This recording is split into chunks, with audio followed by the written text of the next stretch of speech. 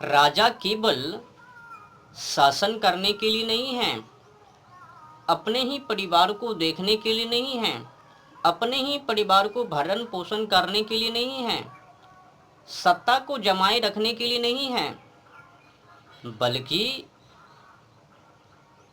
प्रजा की रक्षा करने के लिए, सेवा करने के लिए, उन्नति करने के लिए, देश को विकास की ओर ले जाने के लिए, अर्थव्यवस्था को बनाए रखने के लिए और देश की गरिमा बचाए रखने के लिए, इसके के लिए जनता जनार्दन ने राजा को चुना है और राजा को अपना आदर्श नेता माना है, लीडर नेता माना है। पर नेता तो भूल ही गया है कि मैं किसकी बदौलत से यहाँ तक आया, यहाँ पर बैठा, ऊंची पदों पर बैठा, सिंहासन पर बैठा। बहुत बड़ी गलती है। पता ही नहीं है राजा को, कभी भी प्रजा अगर चाहे तो ऊपर से नीचे बैठा देवे। पूरी शक्ति प्रजा के पास है, राजा के पास नहीं। बस प्रजा में भी गलती है, ये अपनी शक्ति को खो गए हैं। इनको लगता है कि हमारे पास कुछ भी नहीं है, जो भी है वो राजा के पास हैं। राजा एकाएक ऊंची पदों पर सिंहासन पर नहीं बैठा, आप ही से वोटों को ले लेकर वहां पर बैठा। राजा की शक्तियां कभी भी हीन हो जावे अगर प्रजा उनको सपोर्ट ना करवे, ना देवे। अगर उनको समर्थन प्रजा ना करवे तो राजा यूं ही नीचे गिर जावे, ऊंची पदों पर से नीचे आ जावे। इसलिए राजा को चाहिए कि देश की उन्नति करे, समाजों की उन्नति करे, देश की गरिमाओं को बचाए रखे और गरीबों की समस्याओं का समाधान करे। राजा का पहला कर्तव्य कि गरीब शोषण ना करे, गरीबों की समस्याओं का समाधान करे, उन पर ध्यान दे कटौती को बनाकर। अगर राजा गरीबों की समस्याओं का समाधान नहीं किया तो देश कभी भी उन्नति ना करबे। देश तभी उन्नति करबे जब राजा प्रजाओं की, गरीबों की समस्याओं का समाधान करबे। अगर प्रजा भिखारी हैं तो देश भिखारी ही कहलावे। ऐसे तो ये देश कृषि प्रधान है, तो राजा को ये भूल गलतियां नहीं करनी चाहिए। आज तो राजा केवल अपने ही घरों को भरने के लिए, अपने ही घरों के परिवार को भरण पोषण करने के लिए सत्ता में जमे हैं, हड़पे हुए हैं। प्रजा के ऊपर ध्यान नहीं। गरीब लोग, लाचार लोग, भिखारी लोग भटक रहे हैं, उन पर राजा का वो ध्यान ही नहीं है। न्याय मांगने के लिए यहाँ वहाँ कोर्ट कचहरी का वो चक्कर लगा रहे हैं, तारीख पर तारीख। क्या करे? प्रजा को तो कुछ समझ में ही नहीं है। बस हाथ को बिखरा दिया, मुट्ठी को खोल दिया। पता ही नहीं है कि वो राजा की शक्ति हम ही लोग तो हैं। अगर हम नहीं चाहे तो थोड़ी ऊंची पदों पर बैठे, इन्हीं से वोट लेकर वो राजा वहाँ पर बैठा है ना, और इसी प्रजा से वो लोग खा रहे हैं ना। बड़े बड़े लोग, जितने भी सरकारी कर्मचारी हैं, उनकी क्या हैसियत है?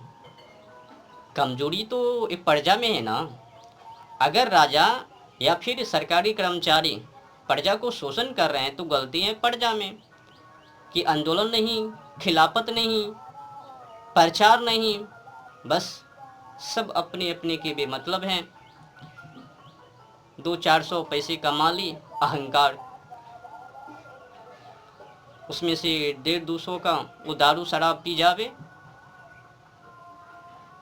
कुछ मछली खा जावे, अंडा खा जावे, बकरा खा जावे, कुछ ही पैसे बचवे, लाचार बन जावे, आंदोलन करने की शक्ति नहीं, टैक्स पर टैक्स हैं, गोरा अंग्रेज तीखाकर और एक काला अंग्रेज नुकाकर, गोरा अंग्रेजों से भी अधिक टैक्स एक काला अंग्रेज ले रहे हैं।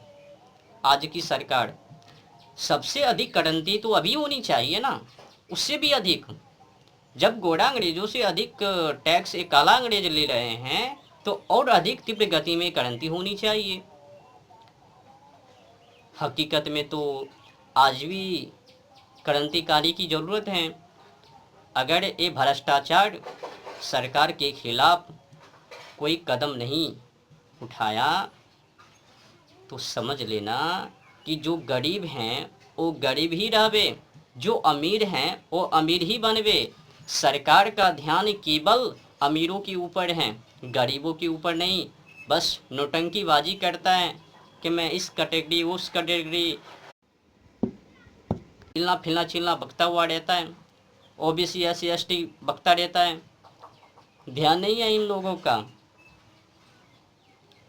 नौटंकी करता है, इक्का दुक्का को दे देता है, मांगों को पूरी कर देता है, करोड़ों करोड़ों को ठुकरा देता है। जिनको मिला वो खुश, खूब प्रचार कर भी अगल बगल में, हमको तो मिल गया तुमको नहीं मिला। सब छल हैं, छलावा है, कपट है, छलता है ये लोग। राजनीति का मतलब ही पता नहीं है, नहीं ये प्रजा को, नहीं वो राजा को। करता है फुटनीति, कूटनीति, नाम देता है राजनीति कि मैं राजनीति कर रहा हूँ। ना विकसित, ना उन्नति, ना समाजों की भलाई, ना राष्ट्र के हित। क्या कर रहा है? बस अपने घरों को ही भर रहा है, सत्ता को जमाए। क्या करोगे? आज तो राजनीति के नाम पर फुटनीति, नहीं प्रजा को पता है और नहीं राजा को पता है कि शासन तंत्र कैसे चलवे, समाजों की भलाई कैसे होवे। 4 नियम है ना, 4 नियम शासन को चलाने के लिए, जो कि नहीं ये प्रजा को ज्ञात है और नहीं वो राजा को ज्ञात हैं। ये दोनों भटके हैं, दोनों को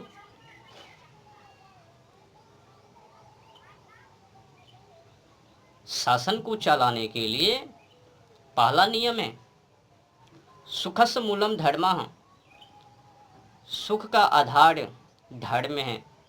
माने कि हर मानवों को सत्य पर ही चलना चाहिए, सत्य ही सुख है, असत्य ही दुख है।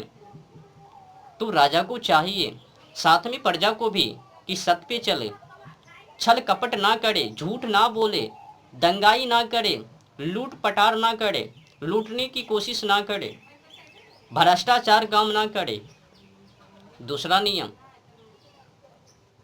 धर्मस्य मूलम अर्था, धर्म का आधार अर्थ है, जो कि हर कोई को पता है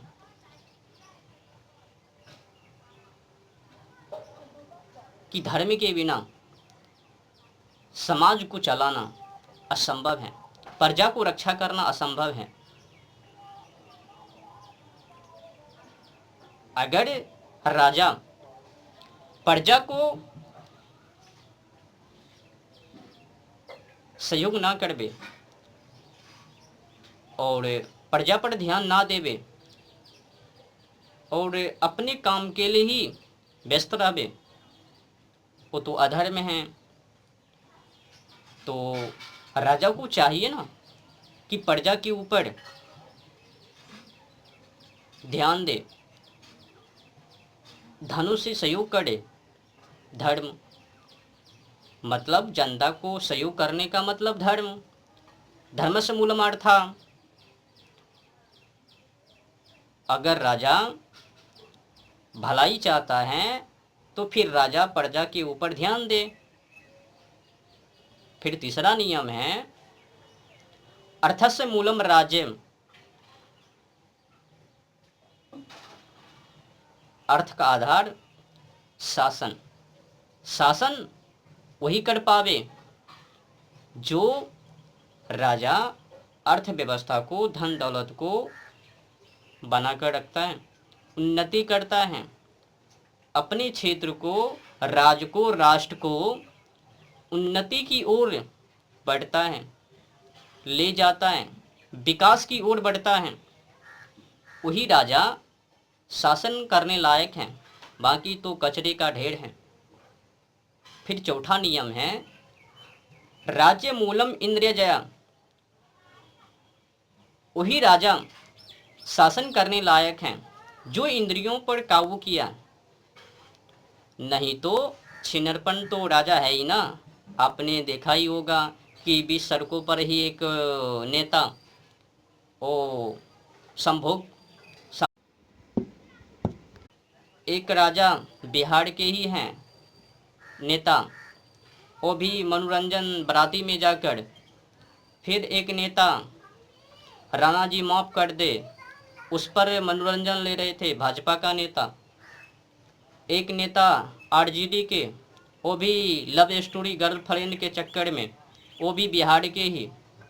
ये सब चलता है बिना सोचे समझे। अगर ये प्रजा मूर्खों नेता को चुनवे तो परिणाम वही निकलवे ना कि वो राजा अपनी भलाई के लिए, अपनी घरों की भलाई के लिए काम कर रहे हैं, प्रजा को लात मारकर ठुकरा रहे हैं।